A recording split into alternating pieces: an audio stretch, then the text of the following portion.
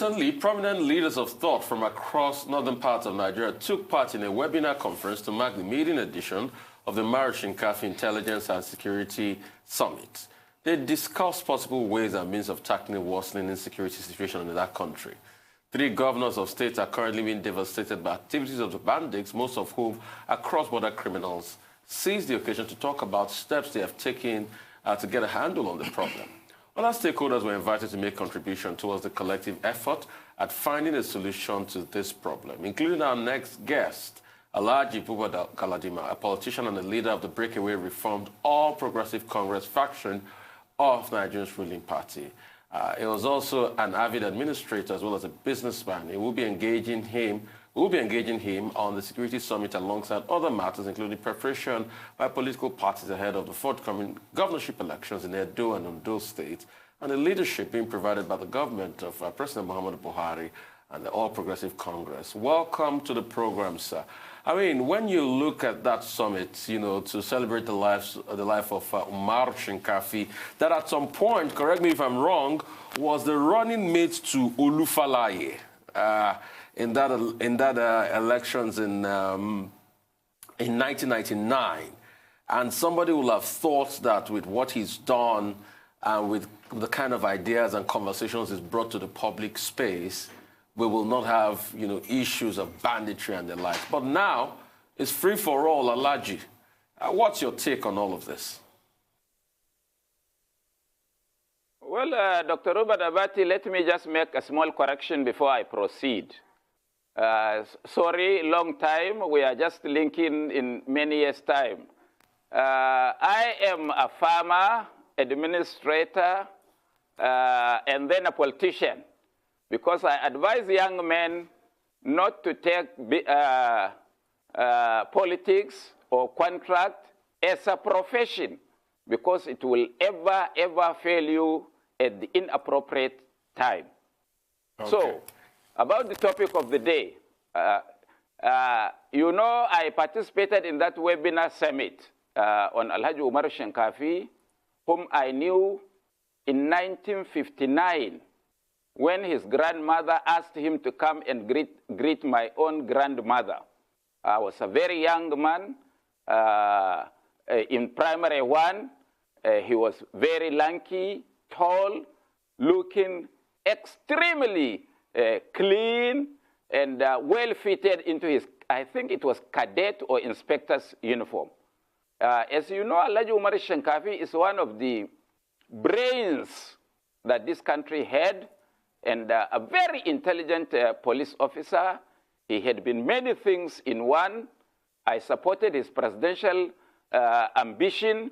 In fact, I was almost next to him when you take away people like Are, Arisha Kola, Chief Alani Bankole, Reverend Hyde Onua Buluchi, Chief Jackson Udo, Dr. Ademola Adebo, Dr. Kusamatu, and others, when I was the National Financial Secretary of the National Republican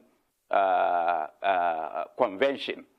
One needs to look at the life history and this thing of Alhaji Umaru Shinkafi when he was deployed as one of the few very reliable and dependent officers to do espionage during the Nigerian Civil War. And then his career in security ended as the Director General of the National Security Organization. And as the world know, or our listeners would know, or Dr. Abati would know, Alhaji Umaru Shinkafi designed the present security architecture in the country, because he led a team that divided the Nigerian Security Organization into Nigerian Intelligence Agency, the DSS, and the DMI. And he has been one of those, I don't want to let the cat out of the bag, during Alhaji Umaru Shinkafi, that sniffed and appropriately advised the then president of an impending likely coup against him. And that was the turning point in his career, because the government did not take his report seriously, so he had to resign and his appointment as the DG of NSO. Some of us tried during the last 2 years of his life to put his experiences on paper or even to be captured on a recorder so that the world will benefit from his wealth of experience. And the man, being the security man that he was, he declined. We put pressure. We, his friends and relatives, put pressure. He declined because he thought that as a security man, there are certain things he cannot divulge. You know, me as a politician may likely say anything, but security... Hello? Hello, where would you, sir? So you can see the type of person he is, and we have lost that. Had Alhaji Umar Shinkafi been alive, and if the government would have listened to him, things we are going through may not be happening. Let me tell you an example, Dr. Ruben Abati. If I ask the audience, who is the Nigeria's defense minister, I want to tell you that 99.9% of Nigerians don't even know who is today's defense minister. If I ask the same question, please, can the audience tell me who is the Nigeria's chief of defense staff? I want to assure you that 99.9% of Nigerians wouldn't know who is the Nigeria's chief of defense staff.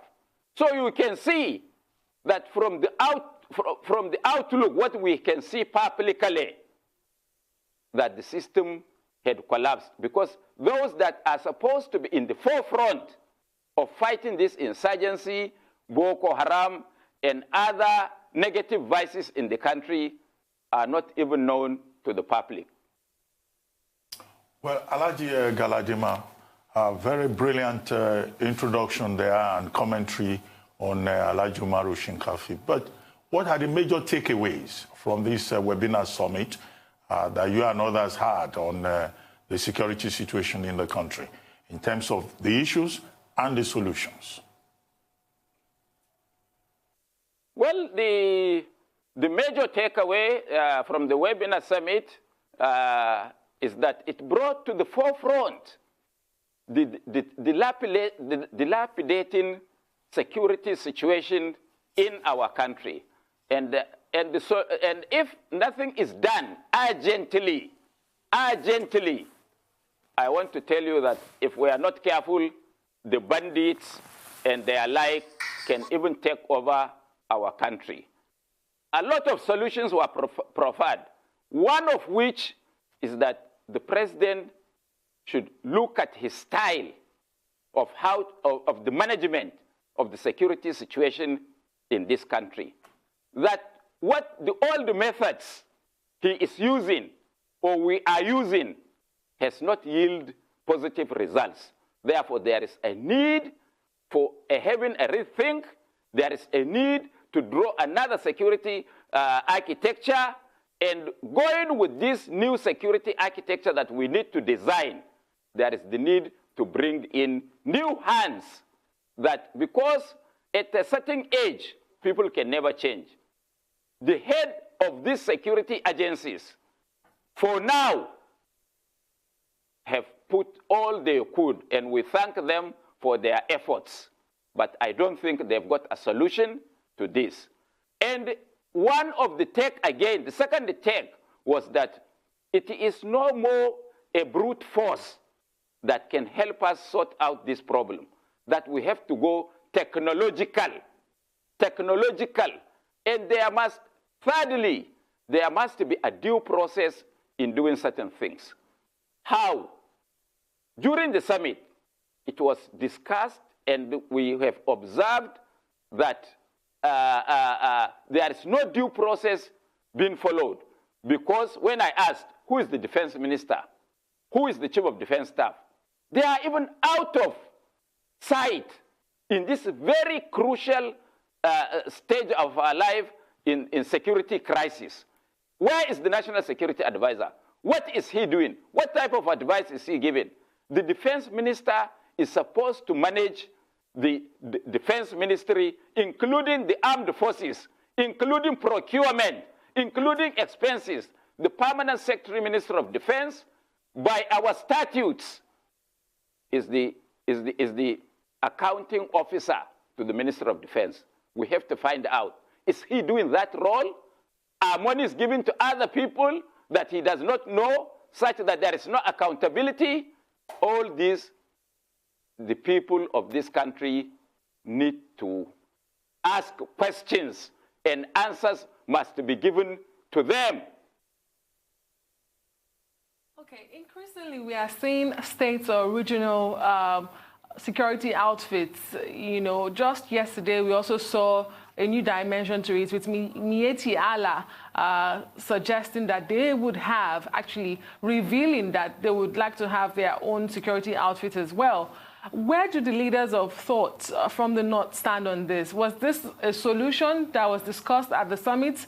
Should the northern region or the northern states be looking at state security outfit or a regional one? Because I do know that we have some vigilante groups, but is there a discussion around having a regional security outfit for the North?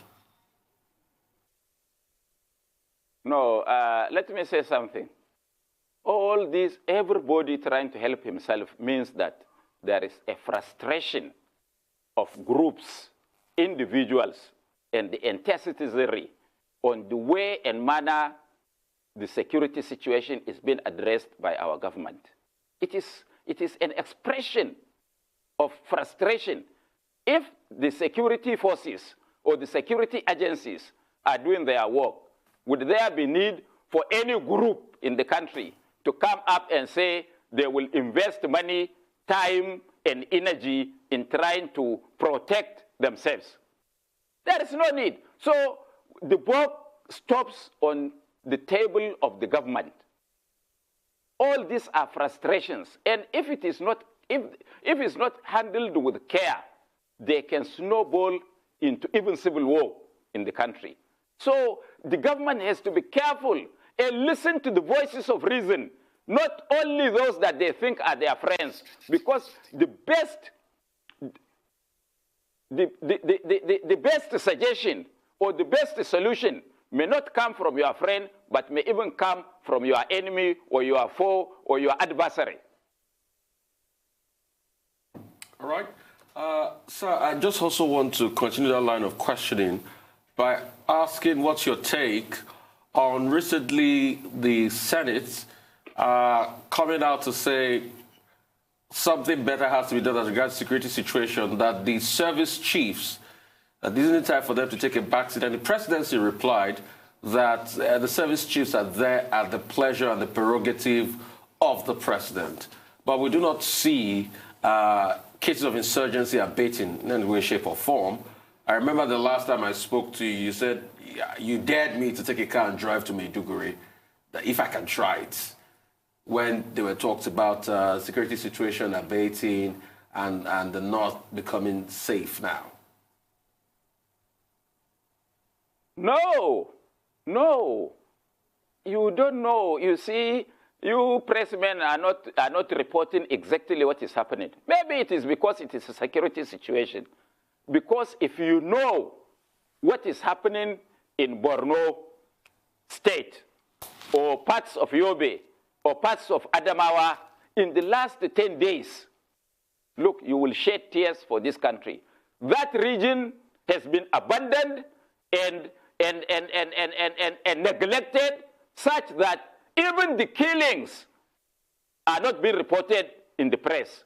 So it is only the banditry in the south, in the northwest, namely Kaduna, Zamfara, Katsina, Sokoto, and others that are being reported.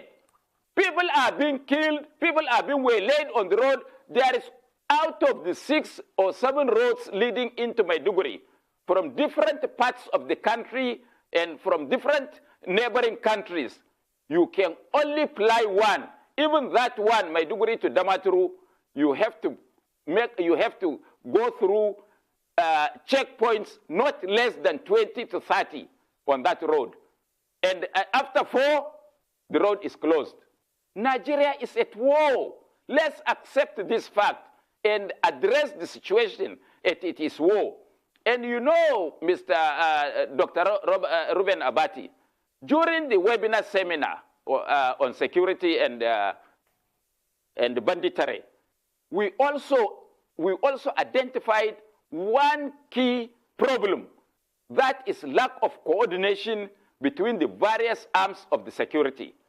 Let me tell you, I have been trying to read about security and warfare, and I came to realize that no one arm of the security, whether Air Force, Army, DSS, or Navy, can win this war alone.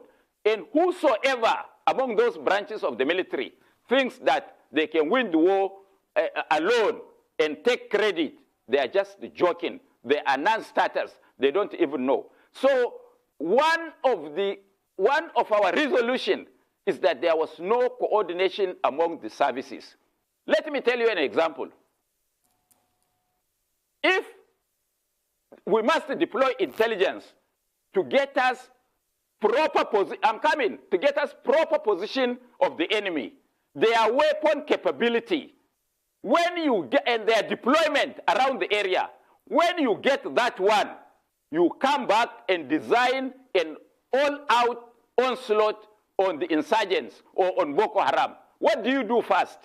The first thing you do is to deploy the Air Force. Go and do carpet bombing.